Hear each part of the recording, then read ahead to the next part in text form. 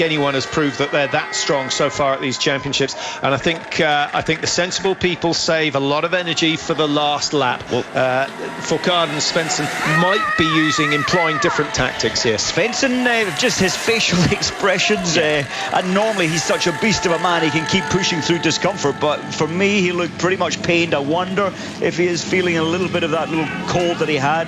He wouldn't be starting, I don't think, if he was.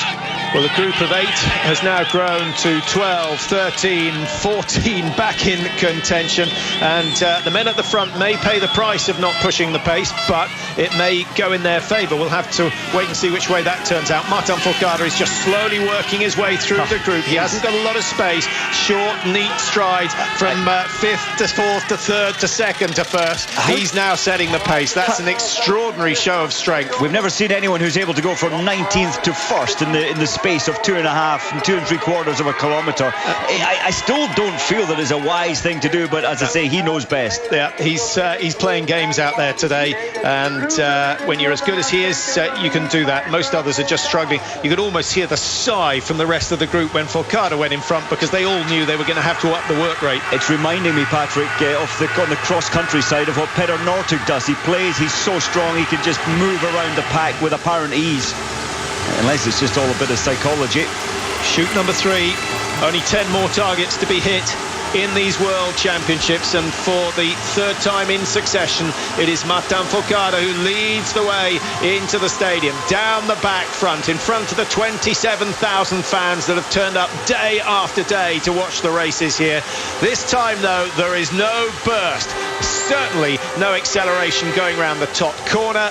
Martin Fourcade at the front has got to be feeling that pace change and taking 21 seconds out of the rest of them in that loop. Svensson is about 120 metres behind, just going around the corner now, and he'll be down in certainly around lanes 15, 16. I'm not sure we're going to see Svensson's target on the caption, but we'll try and let you know how he's getting on. Martin Fourcade will certainly feature as he is in lane number 1, the world number 1, looking for gold number 2. 4 silvers, 1 gold to his name already. Terry Bow is rattling through the targets. There's a cheer for Moravec, who's gone and missed one. Fourcade took his time, but he can afford to. A miss for Schapulin and Landertinger. Beatrix Bauer has had a disaster. Labi Lund has missed for the first time today, and Deris Emlier of Ukraine, who was limbering up early this morning outside our hotel, has thrown 3 wide, and surely that puts him out of contention. And Bjorn Dahlen, it's not going to be a golden finish to the 2:13 championships, Mike. Another 2 misses from the great Norwegian. So sad to see that, but Bjorn Dahlen, I felt, was on a good one today. There's margins, and maybe after missing his 1 out of the first 5, 1 out of the second 5 prone, he's had to work there to pull his pace back. I have a feeling that Svensson has gone clear. He has 0-1-0. Svensson's got himself back into contention. He's only 6.7 seconds off the leaders. Well, which way is this one going to go? We now have a group of 6 out front, but only 11 seconds back is Erik Lesser. Lindstrom's 14. Moravec of the Czech Republic, 18 seconds back. He needs the perfect shoot on the final visit if he's going to contend for a medal, and he's certainly quick enough to do so. Well, there you see the top 10. Terry Bow back in front as he was at the start of the last lap.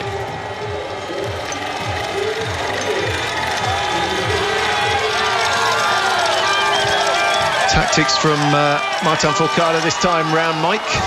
He's taking a breather by his amazing standards. What an incredible biathlete in 3rd place, Martin.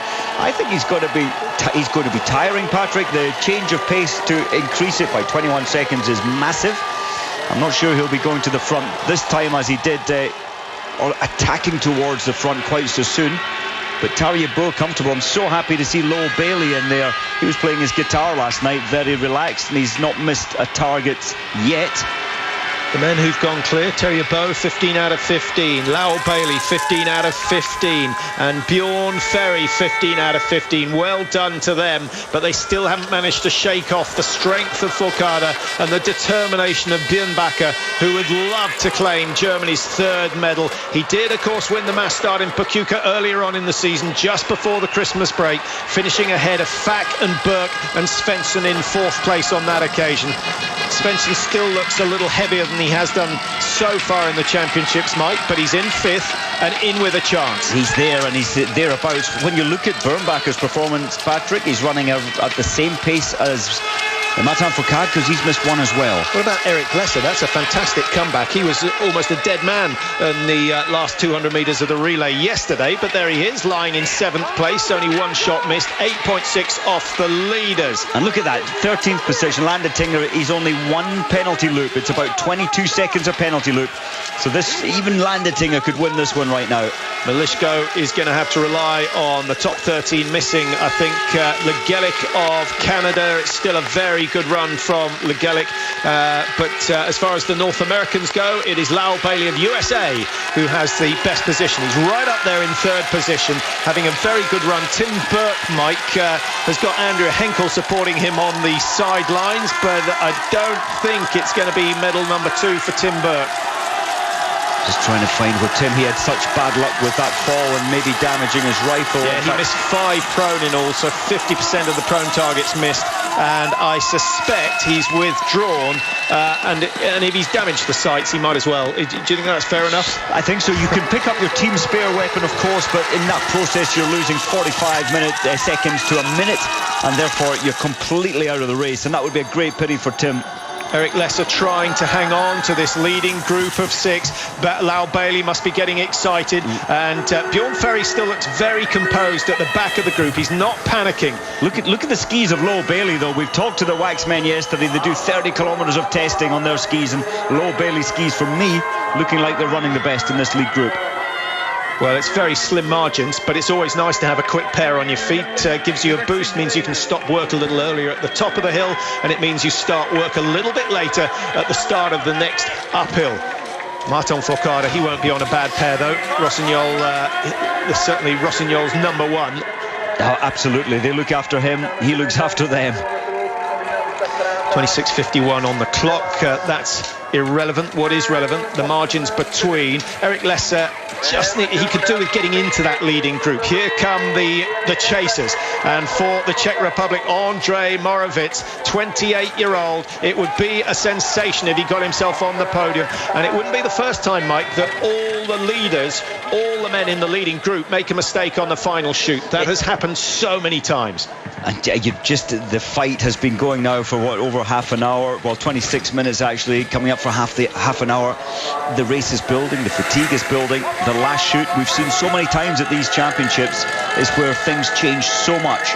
A group of 7 as they come down to the range. Is anyone going to have the nerve to go ahead of Fourcade, who has claimed lane 1 on every shoot except for the first, where he had to go into lane number 2?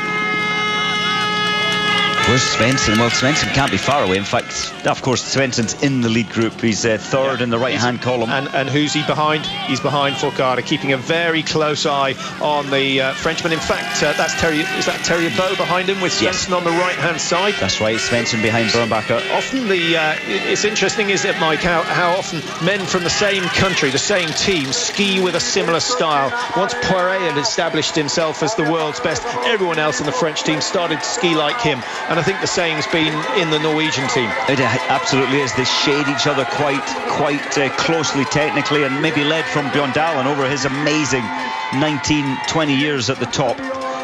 Andrea Henkel, and I think that was Miriam Gusner on their way back down towards the stadium to see what happens on shoot number 4. This is it, the final shoot of the World Championships. 1 gold still remaining. Germany desperate to take a gold. They have a chance with Eric Lesser. The Fourcade brothers in there together, in the front 7. Simon doing so well today. He left the range 19 seconds behind.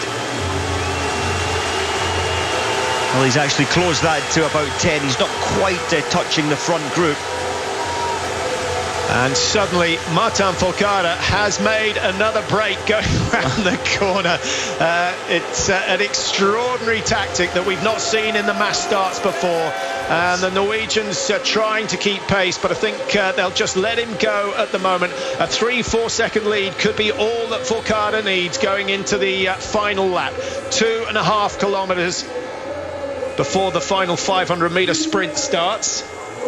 So Fourcade buys himself 3 seconds there just to spend a little more time settling on the rifle. 5 out of 5 to have a chance. Fourcade is the first to strike after his rush into the firing point. Terje Boe is clean at the moment. Bjørn Bakke, maybe that's Journey's chance gone. Lowell Bailey has missed 1, 2.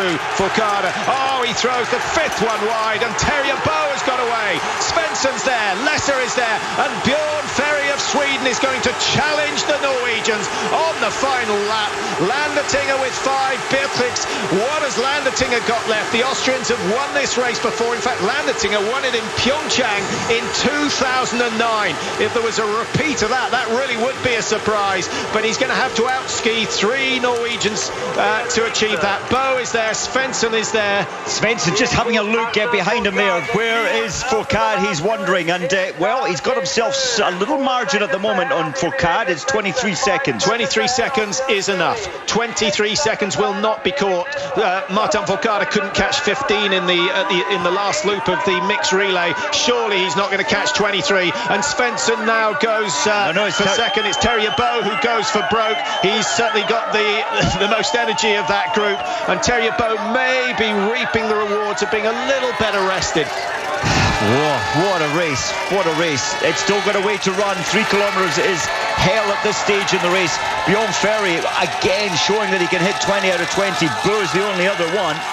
Everyone, Mike, who's made a break on the first part of the climb here in Nove Mesto has paid a very heavy price later on. We've seen gains of 7-8 seconds, which are then lost on the next climb. They get to the top of this, they break to the right, and then they drop down through the woods. Here is Terje Boe, the man who was on such good form in Chianti Mansisk.